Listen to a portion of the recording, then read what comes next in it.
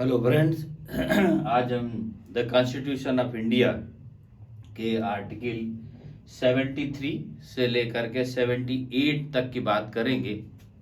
Very easy articles है। इसमें article 73 कहता है extent of executive powers of the union. Union के पास एग्जीक्यूटिव जो पावर बढ़ाने के होंगे, एक्सटेंड करने के होंगे, वो क्या क्या होंगे और उन्हें कैसे बढ़ाया जा सकता है। इसका आर्टिकल 73 कहता है parliament has power to make laws.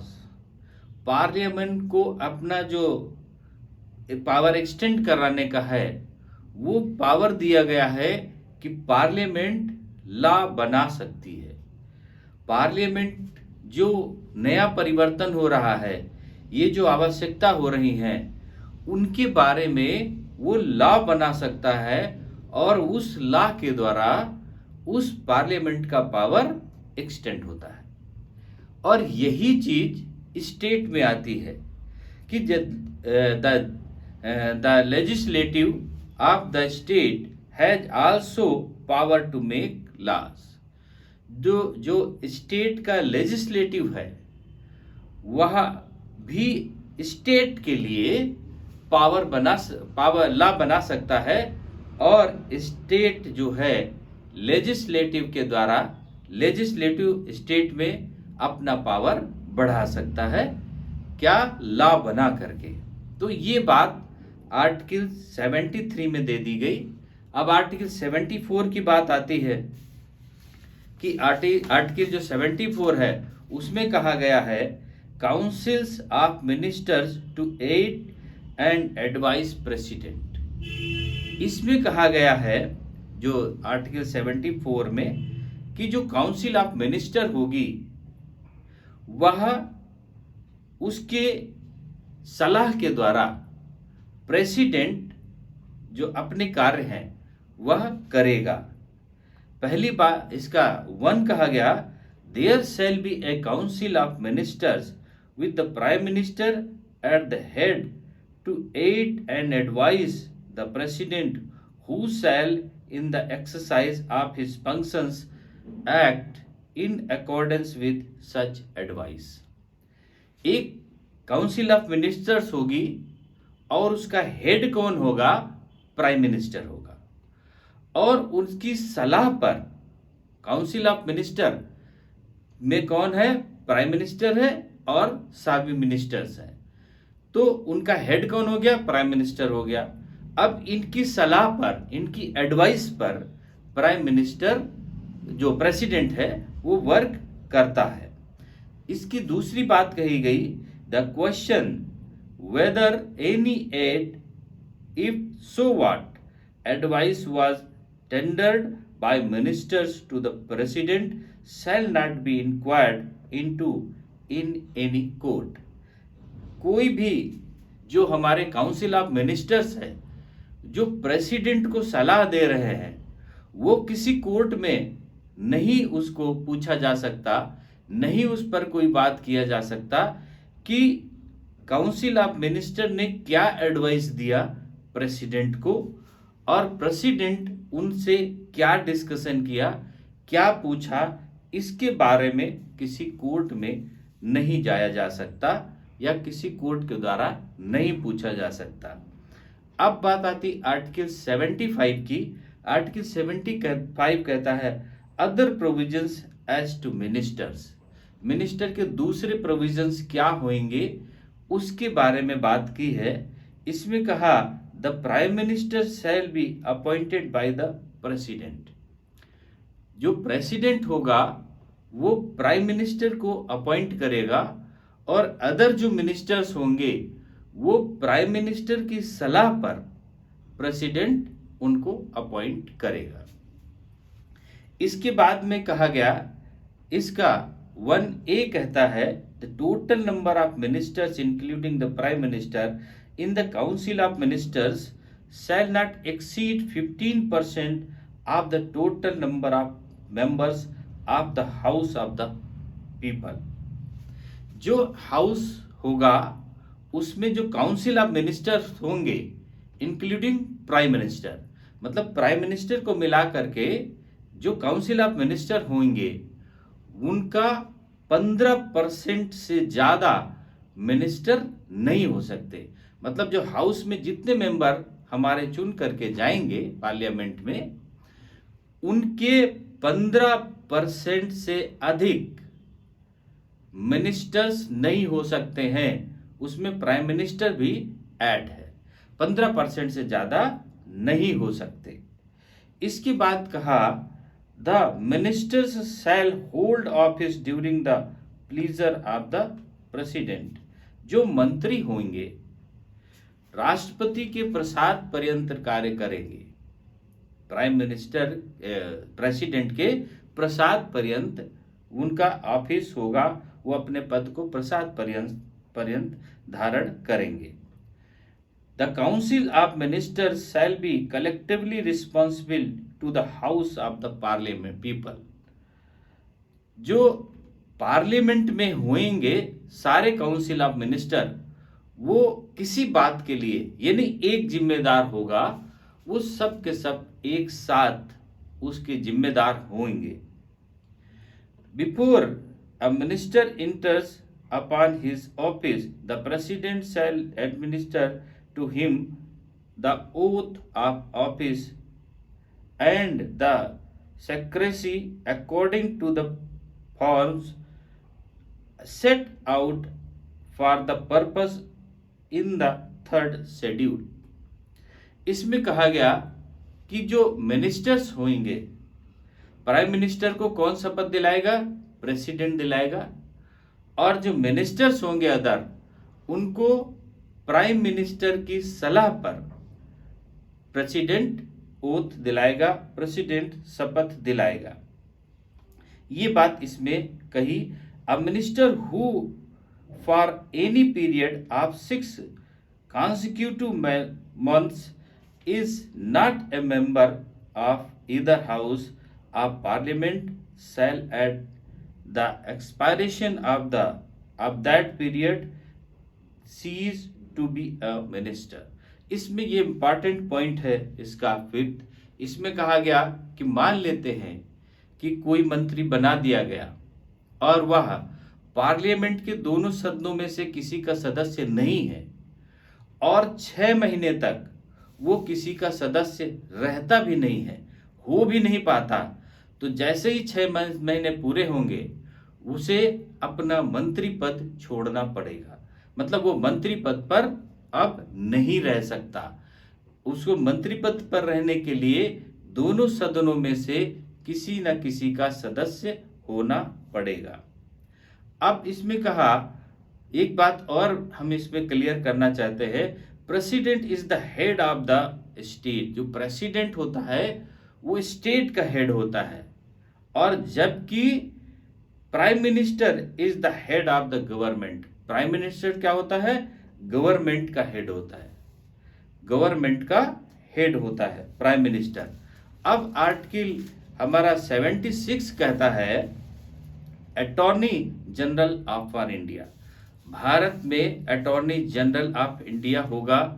ये बात आर्टिकल 76 कहता है कि the president shall appoint a person who is qualified to be appointed a जज of the supreme court to be attorney general for India. एक ऐसा व्यक्ति जो सुप्रीम कोर्ट के जज बनने की अर्हता रखता है, जो सुप्रीम कोर्ट जज बनने की योग्यता रखता है, ऐसे व्यक्ति को president attorney general of for India appoint करेगा। एक attorney general of India president appoint करेगा। उसका क्वालिफिकेशन जो सुप्रीम कोर्ट के जज है उस बनने की वही क्वालिफिकेशन अगर उसकी है तब।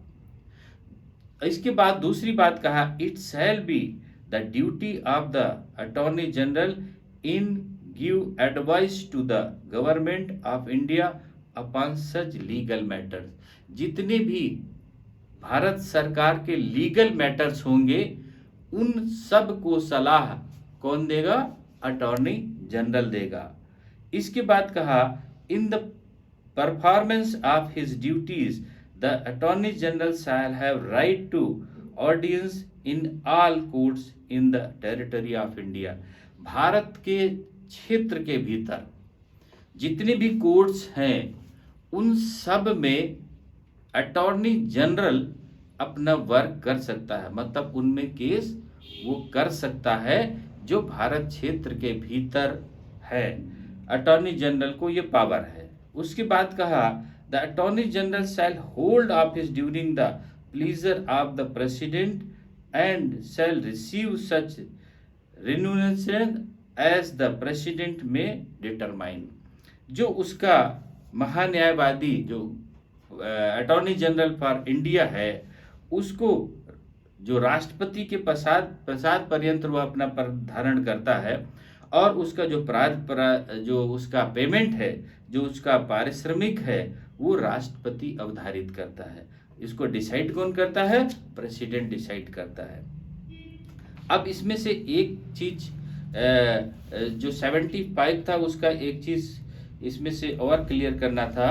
इसमें आर्टिकल पहले 76 में देख लेते हैं। आर्टिकल 76 ये था अटॉर्नी जनरल फॉर इंडिया। अब आर्टिकल 77 कहता है conduct of business of the government of India. Bharat सरकार के कार्य का संचालन। भारत सरकार के कार्य का संचालन में हम एक चीज इसमें क्लियर करें भारत सरकार के कि कैबिनेट क्या होता है। कभी कभी कंफ्यूजन होता है कि कैबिनेट है क्या।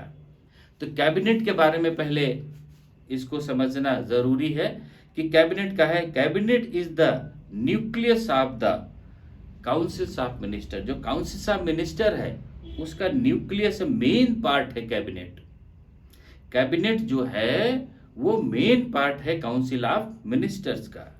The councils of minister consist of 3 categories of ministers, namely जो काउंसिल ऑफ मिनिस्टर वो 3 पार्ट में डिवाइड होता है। पहला पार्ट क्या है उसका? Cabinet minister. पहले पार्ट में कैबिनेट मिनिस्टर आते हैं और दूसरे में आते हैं मिनिस्टर ऑफ स्टेट्स और थर्ड में आते हैं डिप्टी मिनिस्टर्स। ये 3 पार्ट में डिवाइड होते हैं। All the ministers of the council of ministers are not the member of the cabinet. इनमें से सब कैबिनेट के मेंबर नहीं होते। इन 3 में से सब के सब कैबिनेट मेंबर नहीं होते। Prime minister determines the composition of the cabinet from time to time. अपने कैबिनेट के लिए समय समय पर प्राइम मिनिस्टर डिसाइड करता है कि कैबिनेट में कौन रहेगा, कौन कैबिनेट का होगा, वो करता है। The cabinet minister head the importance ministers of the cabinet government. अब इनमें से हेड कौन कौन होते हैं, किन किन को कैबिनेट में काउंट किया जा सकता है? जैसे defence minister, home minister, finance minister, external affairs etcetera. इस तरीके के जो मिनिस्टर्स होते हैं उनको कैबिनेट मिनिस्टर कहा जाए, उनको कैबिनेट में शामिल किया जाता। और ये करते क्या है? They are member of the cabinet in its meeting and play an important role in deciding policies। जो कोई पॉलिसी बनती है, गुप्त पॉलिसी या कोई ऐसी विशेष पॉलिसी देश के लिए, भारत के लिए बनती है, तो उसके यही कैबिनेट मिनिस्टर आपस में डिस्कस करके और यही मिनिस्टर्स उसको बनाते हैं। तो ये तो हो गई कैबिनेट की बात। क्योंकि 77 में क्या आएगा? Conduct of business of the government of India. जो भारत सरकार के कार्य का संचालन है, इसकी बात करें तो संचालन किसके द्वारा मेन किया जाएगा? वो कैबिनेट के द्वारा किया जाएगा। अब इसमें कहा कि राष्ट्रपति जो प्राइम मिनिस्टर होगा, भारत सरकार के समस्त कार्यपालिका कार्रवाई राष्ट्रपति के नाम से कही भी जाएगी। कोई भी कार्यक्रम किया जाएगा वो प्रेसिडेंट के वजह से किया जा रहा। और जो कार्यपालिका करेगी, जो हमारा जो पार्लियामेंट करेगा, उसकी सबके सब सूचना प्रेसिडेंट के द्वारा किसको दी जाएगी? राष्ट्रपति को दी जाएगी। और प्रेसिडेंट जब लास्ट उस पे मुहर लगा देगा, अपना सिग्नेचर कर देगा, तभी वो लीगल होगा और तभी वो माना जाएगा। मान लेते हैं कि कोई लॉ बना, तो प्रेसिडेंट को वो सूचित होगा कि इस पर ये डिस्कशन हो रहा है। वो पर डे जो भी हो रहा है उसको प्रेसिडेंट को सूचित किया जाएगा, और जब वो फाइनलाइज हो जाएगा तब प्रेसिडेंट के पास भेजा जाएगा, और जब प्रेसिडेंट उस पर अपना हस्ताक्षर कर देगा तब वो लॉ बन जाएगा, तब वो नियम बन जाएगा। ये बात इसमें 77 में कहा गया। अब 78 में आर्टिकल 78 कहता है duties of prime minister as respect the furnishing of information to the president etcetera. जो हमने कहा है कि प्रेसिडेंट जो प्राइम मिनिस्टर होता है उसके कार्य क्या क्या होते हैं, उनके बारे में प्रधानमंत्री प्राइम मिनिस्टर के ड्यूटीज क्या क्या हैं, उनके कर्तव्य क्या हैं, इनको आर्टिकल 78 में डिस्कस किया गया है। तो प्राइम मिनिस्टर जो होता है उसकी ड्यूटीज में मेन ड्यूटी क्या है कि वो अपने जो काउंसिल ऑफ मिनिस्टर्स है उनका हेड होता है, और उसी के निर्देश पर सारे डिस्कशन और कार्य होते हैं, और उन सब का सूचना वो किसको देना होता है, प्राइम मिनिस्टर को, प्रेसिडेंट को देना होता है। तो अब ये सारे कार्य होते हैं। कैबिनेट होता है, कैबिनेट का मेन कार्य प्रेसिडेंट प्राइम मिनिस्टर उसको चालू करता है, और कैबिनेट को डिसाइड किया जाता है, उसकी सूचना किसको दी जाती है, प्रेसिडेंट को दी जाती है। तो इसमें से 3 इसके वर्क दिए गए हैं। इस तरीके जो प्राइम मिनिस्टर के वर्क हैं वो आर्टिकल 78 में दिए गए। तो अभी जो आर्टिकल 73 से लेकर के आर्टिकल 78 तक है, ये वेरी इजी आर्टिकल थे। इनमें जो लिखा हुआ एक्ट में वेरी सिंपल लैंग्वेज में लिखा हुआ है। उम्मीद है कि ये क्लियर हो गए होंगे। इसके बाद आर्टिकल 79 से जो हमारा पार्लियामेंट है उसके बारे में हम डिस्कस करेंगे।